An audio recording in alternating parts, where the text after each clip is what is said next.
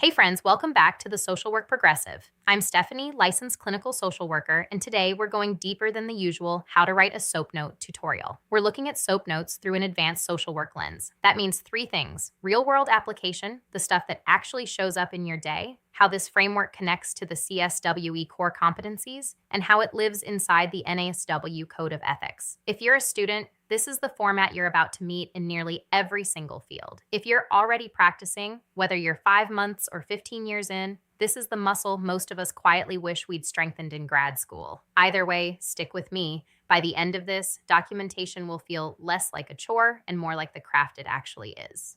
Let's get into it. Before we break down the framework, I need you to hear this. Documentation is clinical practice. It is not the thing you do after the real work is done. It is part of the real work, and there are 4 reasons why. First, continuity of care. You are almost never the only person on a case.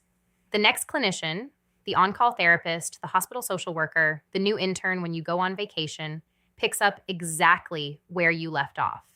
Your note is the bridge between you and them, and if that bridge is shaky, the client pays for it. Second, it is a legal and ethical record. Notes are discoverable in court, they get subpoenaed, they get audited, and you've heard the line, if it isn't documented, it didn't happen. That line gets repeated for a reason. Third, it honors client dignity. A careful, accurate, respectful note is a form of respect for the human being sitting across from you. Their story deserves to be told well. And fourth, your notes are your professional identity. How you write reflects how you think. Supervisors, colleagues, auditors, attorneys, they all form an opinion of your clinical competence from the page. So let's make sure that page is showing your best work. Quick refresher before we go deep. SOAP has 4 parts, every note, every time, and each part answers a completely different question. That's what makes it powerful, and that's also what makes it easy to mess up when we blur the sections together. S is subjective. What did the client say? This is quotes, self-report, history, the story in their own words. O is objective. What did you actually see, hear, and measure? Affect, behavior, screening scores, vitals, observable data. Facts a colleague could verify. A is assessment. What do you think is going on clinically? This is the synthesis, the so what of everything above it. Your clinical judgment made visible. And P is plan. What happens next? Specific interventions, referrals, follow-up, who's doing what and by when. 4 parts, no shortcuts. Let's walk through each one and look at what it actually means in real-world practice for students and for those of us already in the field. All right. Subjective. The client's voice on the page. Students, I'm going to give you a few things to hold on to. First, lead with the client's own words. Use direct quotes in quotation marks. Capture their chief complaint, the history of what's going on, and the relevant context. Note who reported what. Was it self-report? Was it a caregiver? Was it a collateral contact? Preserve the source. And include mood, symptoms, stressors, and recent events the way the client describes them, not the way you would have described them for them. Practicing clinicians, you're doing something more nuanced here. You're screening for trauma disclosures and cultural context without pathologizing.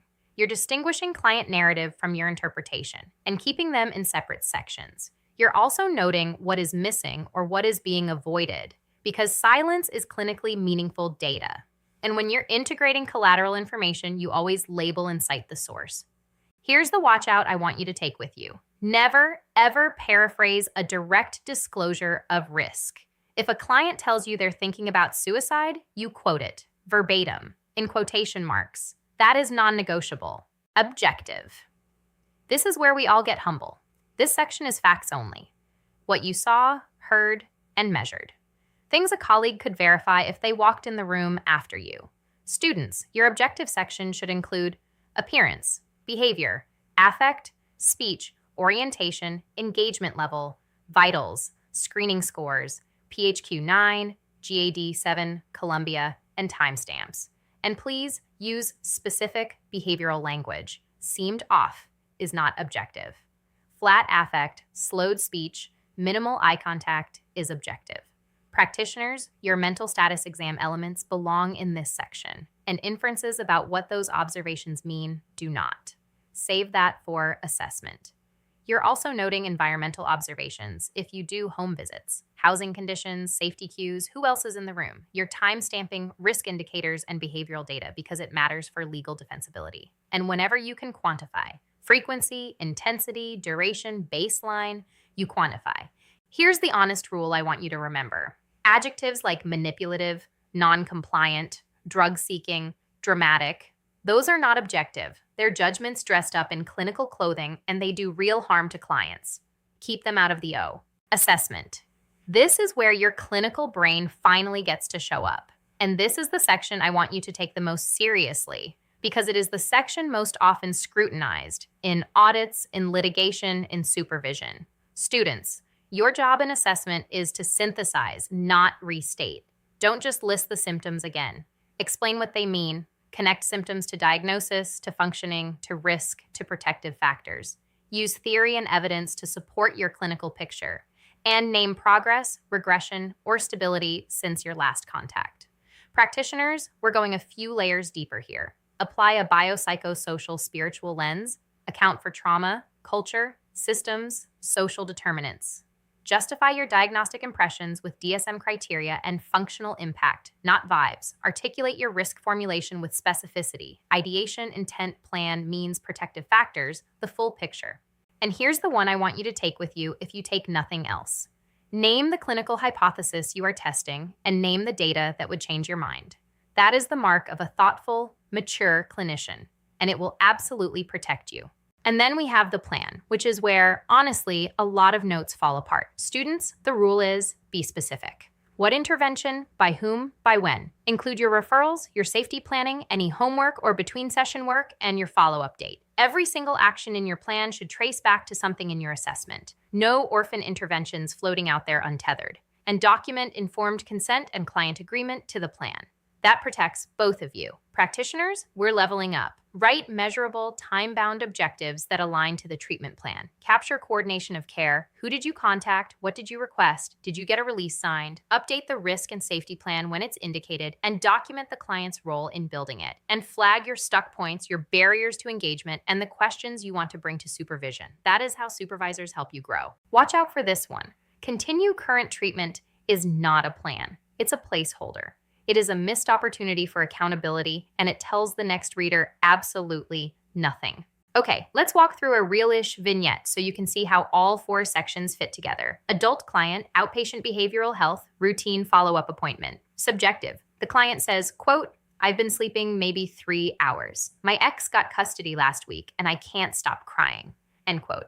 They report appetite loss for the past 5 days, and when I ask directly, they deny suicidal and homicidal ideation. Notice, direct quote, specific time frame, specific denial when asked. Objective, tearful throughout the session. Flat affect, speech is slowed. Oriented times 4. PHQ 9 comes back at 18, which is up from 11 at the last visit. Arrived on time, engaged with prompts, no psychomotor agitation. All observable, all verifiable. Assessment, major depressive disorder, recurrent, moderate, and we name what's happening. Symptoms are worsening in the context of the acute custody loss. It's an acute grief reaction layered on top of baseline depression. We name the protective factors, strong therapeutic alliance, no access to means, pet at home, and we make a clear risk call. Low imminent risk, moderate longitudinal risk. We are not being vague, and the plan is specific. 1. Increase to weekly sessions times 4, then reassess. 2. Collaborative safety plan updated. 3. Warm handoff to psychiatry for med review this week. 4. Behavioral activation homework, 1 anchor activity per day. 5, follow-up April 15th, check-in call April 10th. See how every single plan item traces back to the assessment? That's the goal. That's what a well-built note looks like. All right, honest talk. These are the 6 mistakes I see most often. In students, in seasoned clinicians, and yes, in myself when I'm tired on a Friday afternoon writing the last note of the day. 1, opinion sneaking into the O. Those judgment words we just talked about. Manipulative, dramatic, non-compliant, they don't belong. 2, copy-paste drift, cloning your last note and tweaking a few words. It creates errors, it blinds you to new information, and auditors can spot it immediately. 3, orphan interventions, a plan item that doesn't trace back to the assessment. Why are you making that referral? Why are you increasing session frequency? Show me. 4, Vague risk language. Denies SI with no context. What did you ask? How did you ask it? What were the protective factors? What were the warning signs? Be specific. 5. Late entries that aren't labeled. If you're writing the note 3 days later, say so. Mark your addenda, mark your corrections, document the true time of writing. That's an ethics issue. And 6. Jargon over clarity. My personal pet peeve. Writing to sound clinical instead of writing to be understood. The next reader doesn't need to be impressed. They need to understand the client. If you catch yourself doing any of these, you're not a bad clinician. You're a human one. Just fix it on the next note. Now, here's something I really want students to hear. Every SOAP note you write is an artifact of competency-based practice. Every single one. This is not separate from the EPAS competencies. This is the EPAS competencies on paper. Competency 1, ethical and professional behavior. Your note is a primary record of your ethical decision-making and your professional use of self. Competency 4, engage in practice-informed research. Your assessment section integrates evidence, theory, and outcome measures. That is research-informed practice. Competency 6, engage with individuals, families, and groups.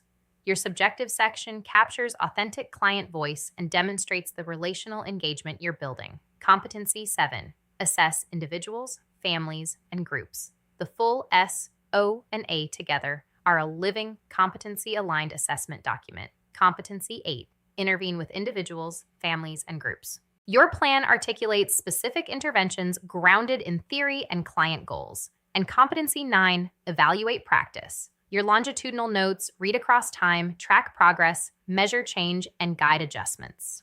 So the next time your field instructor asks how you're meeting the competencies, you can literally point to your notes. This isn't a workbook exercise. This is the work. And of course, the Code of Ethics. Documentation is where our ethics become visible, where values stop being abstract and start being actions on a page. Standard 1.03, informed consent. Document your consent discussions, client capacity, and any limits to confidentiality the client acknowledged. Standards 1.007 and 1.08. Privacy, confidentiality, and the client's right to access their own records. That last part is big. Clients can request and read their records. So write every note as if the client might read it, because they can, and increasingly, they do. Standard 202. Confidentiality in collaboration. When you're coordinating care, document what was shared with whom and under what authority. Standard 3.04, client records. Ensure records are accurate, reflect the services actually provided, are legible, are timely, and are stored properly. And Standard 4.04, dishonesty, fraud, and deception. This is the one people trip over with good intentions. Backdating a note, embellishing or falsifying anything, even to make a client look better, even to make yourself look better, is an ethics violation. Full stop. So, document honestly, document promptly, and protect the integrity of your work. Here is a documentation workflow that actually sticks. 4 simple moves that have saved my sanity more times than I can count. 1. Before the session, scan the last note. Specifically, scan the plan section. What did you and the client commit to? Carry that forward into this session on purpose so you can track whether it happened. 2. During. Do not try to transcribe the session. You'll miss the clinical work. Just jot 3 to 5 anchor phrases, a couple direct quotes, observable behaviors, any risk cues. 3. After. Write the full note within 24 hours, ideally the same day.